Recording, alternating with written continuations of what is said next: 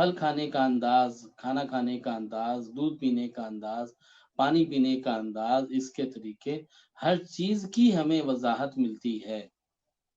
اور گویا کہ ہمیں زندگی گزارنے کا ایک معتدل، ایک ایسا نظام بتایا جا رہا ہے کہ اگر اس نظام کے مطابق ہم چلتے رہیں گے تو تباہی برپا نہیں ہوگی۔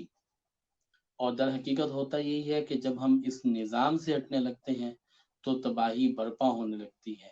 تباہیاں جنم لیتی ہیں، اور پھر اس کے نتیجے میں ہمیں مشکلات کا سامنا کرنا پڑتا ہے۔ انہی تباہیوں میں سے ایک تباہی کینسر بھی ہے۔ کینسر کی کچھ بنیادی علامات ہیں، اگر ان علامات کے اوپر غور کر کے توجہ کی جائے اور ماہرین سے ان کے متعلق رائے لی جائے تو آپ کینسر کی بہت ساری علامات کو بہت ہی اول سٹیج کے اوپر، پہلے درجے کے اوپر آپ اس کے اوپر گرفت کر سکتے ہیں، اور آپ اس کا پراپر اور صحیح علاج بھی کر سکتے ہیں۔ پہلی علامت ہے جلد میں تبدیلی۔ جب کینسر کی علامات ہو رہی ہوتی ہیں یا کینسر کسی حصے میں ڈیولپ ہو رہا ہوتا ہے تو جلد کے اوپر کوئی نیا نشان، کوئی جلد کی رنگت میں تبدیلی، کوئی ساخت میں تبدیلی، یہ علامات آنا شروع ہو جاتی ہیں۔ جلد میں کہیں کہیں کسی کسی حصے کے اوپر مختلف قسم کے نشانات آنے لگتے ہیں۔ وہ نشانات بظاہر ایک کینسر کی علامت ہو سکتی ہے۔ میں بالکل یہ بات نہیں کہہ رہا کہ جلد کے اوپر کوئی بھی نشان آ جائے تو وہ کینسر کی علامت ہے، نہیں، اگر مسلسل یہ چیز دیکھنے میں آ رہی ہو تو ممکن ہو سکتا ہے کہ یہ کہیں جسم میں چھپے ہوئے کسی کینسر کی نشاندہی کر رہی ہو یہ بات۔ اسی طرح اگر آپ تمباکو نوشی نہیں کرتے، اگر آپ کو استھما نہیں ہے، آپ معدے کے مریض نہیں ہیں، اور آپ کو مسلسل جو ہے وہ کھانسی کی شکایت رہتی ہے، آپ کو پولن ڈسٹ الرجی نہیں ہے اور کھانسی کی شکایت رہتی ہے، اور اس کے ساتھ پھر آپ کو کہیں کہیں خون بھی آنے لگتا ہے، تو پھر آپ کو ضرورت ہے اس امر کی کہ آپ اس بات کو سوچیں، کہ اس کو دیکھیں کہ یہ اس کی علامات کس طرف جا رہی ہیں۔ یہ بھی ممکن ہے کہ یہ کوئی کینسر کی سمٹم بن رہی ہو، لیکن میں نے اس کے ساتھ آپ کو یہ بات ساتھ بتلائی کہ اگر آپ تمباکو نوشی نہیں کرتے، اگر آپ کو دمہ نہیں ہے، اگر آپ کو الرجی نہیں ہے، اگر آپ کے معدے میں انفیکشن نہیں رہتا، آپ کا معدہ پھولا نہیں رہتا، آپ کو گیسز کا ایشو نہیں ہوتا، تو پھر آپ کسی حد تک، پھر بھی آپ کو اگر لگاتار کھانسی رہتی ہے تو پھر آپ اس بات کو ضرور سوچئے اور اس کے اوپر آپ فکر مندی کا جو ہے وہ مظاہرہ کیجیے تاکہ آپ اس کو سمجھ سکیں۔ اسی طرح سے بڑھتی عمر کے ساتھ بیشتر مردوں میں پیشاب کے دوران مختلف قسم کی مشکلات کا سامنا ہو جاتا ہے، اور جیسے واش روم میں جائیں تو چکر آنے لگیں، اور سٹول کے اوپر کنٹرول نہ رہے، پیشاب کے اوپر کنٹرول نہ رہے، اور یہ علامت اگر بتدریج زیادہ ہو، کبھی کبھار ایسا ہو جائے تو یہ کسی اور وجہ سے بھی ہو سکتا ہے، لیکن اگر یہ علامات بدستور ہونے لگیں تو پھر آپ ضرور فوکس کیجئے اور اپنی علامات کو ہلکا نہ سمجھیے، ان کے اوپر غور کیجئے۔ ہو سکتا ہے کہ یہ کوئی علامت آپ کو مثانے کے کینسر کی طرف، آپ کو گردے کے کینسر کی طرف لے کر جا رہی ہو۔ معدے کی تکالیف ہوں، معدے میں گیسز ہو، السر ہو، معدے میں جلن ہوتی ہو، کھانا ہضم نہ ہوتا ہو، اور پھر اس کے ساتھ آپ کو اگر کہیں سٹول میں، یورین میں خون آنے کی علامات بھی نظر آتی ہوں، اور یہ کبھی کبھار ایسا ہو جائے تو یہ ہو سکتا ہے کہ کسی بھی وجہ سے ہو جائے، لیکن اگر یہ علامات اکثر و بیشتر آپ کے ساتھ وقوع ہونے لگے تو پھر آپ اس بات کو ضرور سوچیں گے۔ منہ میں چھالے اگر ہو جاتے ہوں، کبھی منہ میں چھالے ہو گئے، آپ نے اپنی غذا تبدیل کی اور غذا تبدیل کی تو منہ کے چھالے آپ کے بہتر ہو گئے، تو یہ کوئی پریشانی کی بات نہیں ہے، اس میں کوئی ایسی دقت والی بات نہیں ہے، اس میں خوفزدہ ہونے کی ضرورت نہیں ہے۔ لیکن اگر منہ کے چھالے لگاتار ہوتے ہوں، بار بار منہ میں چھالے ہو جاتے ہوں، اور منہ کے چھالے جو ہے وہ کسی ہلکی پھلکی دوا سے بھی ٹھیک نہ ہوتے ہوں، اور منہ کے چھالے جو ہے اگر ہو جائیں اور اس کے پیچھے وجہ بھی ہو کہ آپ چھالیاں کھاتے ہوں، تمباکو کا استعمال زیادہ ہو، پان کا استعمال زیادہ ہو، اس وجہ سے ایسی علامات ہو جائیں تو پھر یہ خطرہ ہو سکتا ہے کہ یہ علامات منہ کے چھالوں کی علامات جو ہے آپ کے معدے کی، زبان کی یا منہ کے کسی حصے کا یا دانت کے کسی حصے کا کینسر ہو سکتا ہے۔ اسی طرح سے اگر فضلے میں خون آتا ہو، لگاتار خون آتا ہو، بہت سارے مریض ایسے ہیں جن کو بواسیر کی وجہ سے بھی خون آتا ہے۔ جو پیشنٹ السریٹیو کولائٹس کے مریض ہوتے ہیں ان کو بھی پخانے میں خون آتا ہے، لیکن دوائی کے ساتھ وہ کنٹرول بھی ہونے لگتا ہے، چیزیں ٹھیک بھی ہونے لگتی ہیں۔ لیکن اگر فضلے میں خون آتا ہو اور وہ بدستور آتا رہتا ہو، آنتوں میں درد ہو، پیشاب میں انفیکشن کی علامات ہوں، تو پھر بہرحال اس بات کو فوکس کرنے کی، سوچنے کی ضرورت ہے کہ اس کو نوٹس کیا جائے، ممکن ہے یہ علامت کہیں کینسر کی طرف جاتی ہو۔ اسی طرح اگر چیزیں نکلنے میں مشکل ہوتی ہو اور نزلہ، زکام، معدے میں تیزابیت یا ادویات کے نتیجے میں چیزیں اگر نکلنے میں مشکل ہوتی ہے اور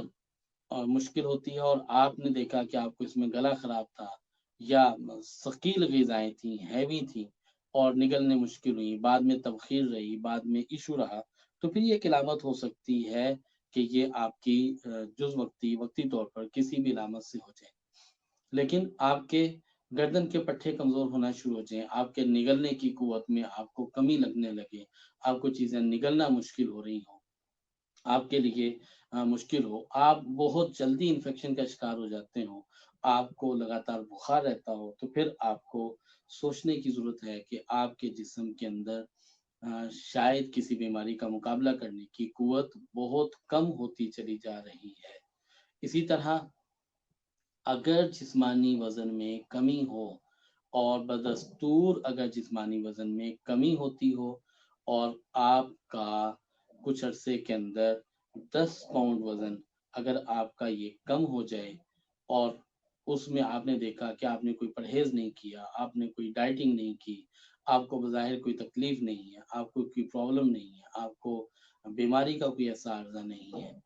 آپ کو صرف ہلکی پھلکی کمزوری محسوس ہوتی ہے یا آپ کے جسم میں آپ کا وزن خود بخود کم ہونا شروع ہو جائے،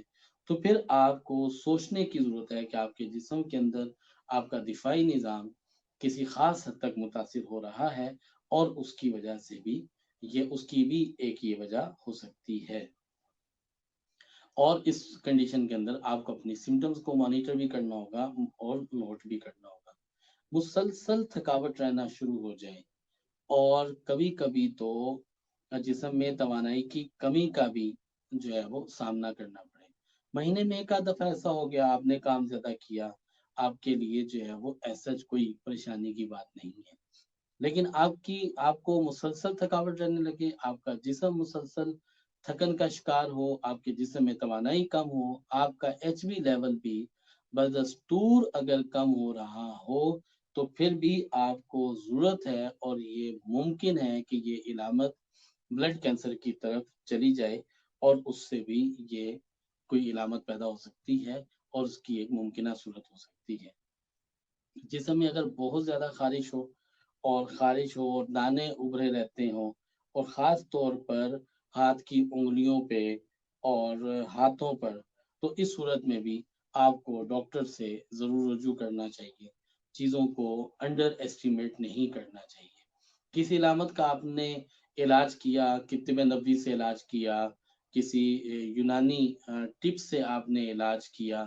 کسی ہومیوپیتھی سے علاج کیا، لیکن وہ عارضہ آپ کا بدستور قائم ہے یا بار بار لوٹ کر آ جاتا ہے، اوت کر آ جاتا ہے، تو آپ کو اس سلسلے میں بھی فوکس کرنے کی ضرورت ہے کہ آپ اس کو دیکھیں۔ کینسر کسی بھی قسم کا ہو قابل علاج ہے، لا علاج نہیں ہے۔ اگر اس سے اپنی اولین ترجیح کے اوپر، اولین سطح کے اوپر اگر اس کا علاج شروع کر لیا جائے، اس کو مانیٹر کر لیا جائے اور اس کے لیے کوئی اچھا حل کیا جائے، تو اس سے آپ کینسر سے بچ سکتے ہیں۔ کینسر سے بچنے کے لیے اور کینسر سے حفاظت کے لیے، اور اگر کینسر ہو جائے تو اس کے علاج کے لیے انشاءاللہ العزیز ہم آئندہ ہفتوں کے اندر مختلف قسم کے کینسر کے اوپر تفصیلی گفتگو کریں گے۔ کینسر کا ایک عمومی علاج ہم آپ کو بتاتے ہیں جس کو آپ شروع کریں، اور اس میں آپ کی پریکاشن بھی ہے، غذائی احتیاط بھی آپ کو ملے گی، پریکاشن ملے گی، اور اگر آپ کینسر میں ہیں تو آپ کا کینسر جو ہے وہ زور نہیں پکڑے گا۔ اس میں صدقہ دیں، نماز کی پابندی رکھیں، منزل روزانہ تلاوت کریں، درود شریف کثرت سے پڑھیں، سورہ فاتحہ آیت الکرسی ہر نماز کے بعد 3 مرتبہ تلاوت کریں، سورہ طٰہٰ 1 مرتبہ تلاوت کریں، سورہ تغابن 3 مرتبہ تلاوت کریں۔ اپنی خوراک کے اندر سے ترش والی اشیاء، بڑا گوشت، چکنائی، ان چیزوں کا استعمال جو ہے وہ انتہائی کم کر دیں۔ بہت بہتر اور بہت عمدہ یہ ہوگا کہ برائلر چکن آپ بالکل استعمال نہ کریں، پانی کا استعمال زیادہ کریں، سبزیوں کا استعمال زیادہ کریں، اور پھل اور فروٹ کا استعمال زیادہ کریں۔